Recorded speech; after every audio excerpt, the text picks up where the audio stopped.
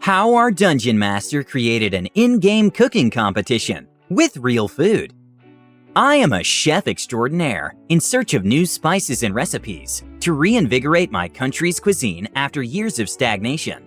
I can recreate any flavors I've tasted before by using lower quality ingredients. I'm joined by my DM and the best cook I know. Made healing potions out of tea, honey, and cream dyed red. Tasted great.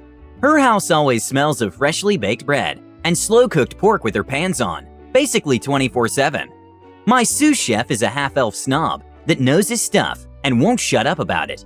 He once talked crap about the king's wine cellar's choice and quality before identifying 10 barrels of poisoned wine.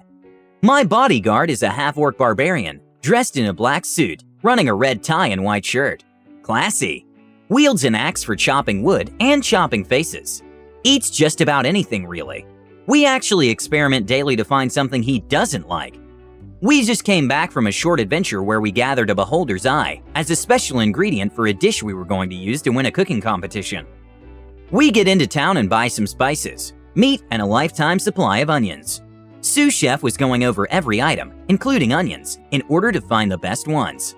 Let's get cooking! I make the stock by chopping an ancient dragon's tailbone in 2 lengthwise, in order to get the marrowy goodness out, making ample use of our half-orc's large axe and strength. I then throw some roughly chopped onions, carrots, beef, and bay leaves in, before leaving it to simmer. Dragon marrow tends to be harsh, unless cut with some acid, so I wanted to make a vinaigrette with lemons and chili for an added kick. But my sous chef recommended pairing the soup with a sweet grape wine, to which I agreed. When it comes to wine, nobody is better. Barbarian was sitting in the corner, rage-smashing onions into a fine pulp. He was trying to ignore the burning pain in his eyes, which only fueled his fury. I slowly take the beholder's eye out of our bag of colding.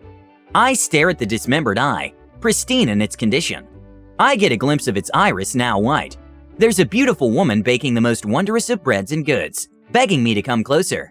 I luckily caught myself before I fell prey to the salacious woman depicted inside.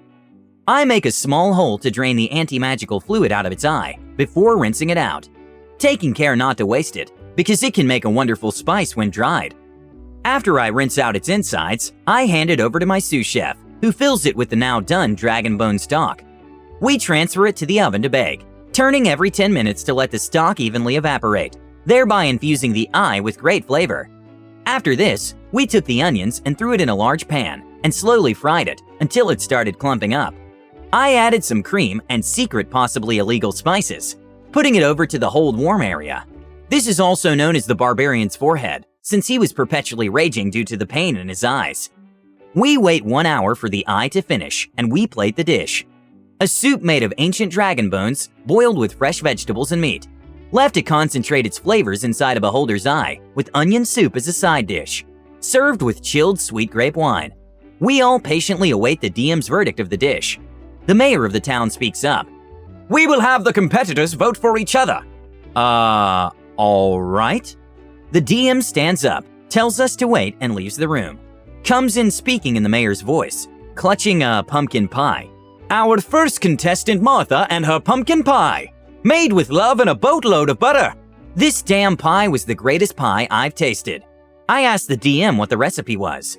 DM responded with, the mayor already said, made with love and way too much butter. I think the pie was wonderful, but a bit too heavy. Sous chef thinks the pie was great, but it could have been served with some cream. The barbarian eats everything and shoots the DM a thumbs up.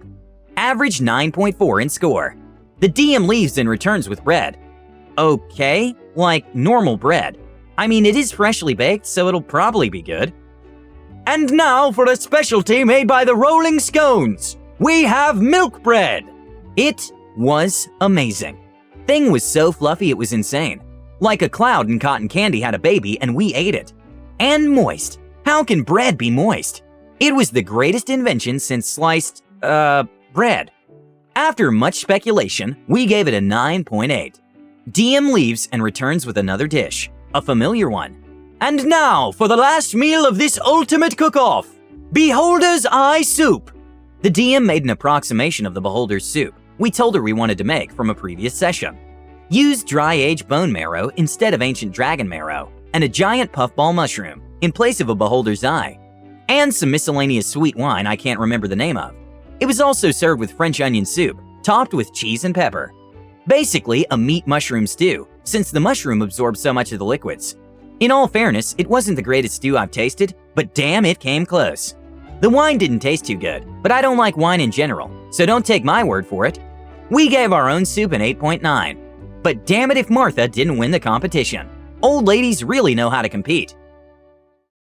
This is the definition of bringing a game to life. What a great way to really immerse your players in the game. Have you ever done something like this? Please let us know what you think.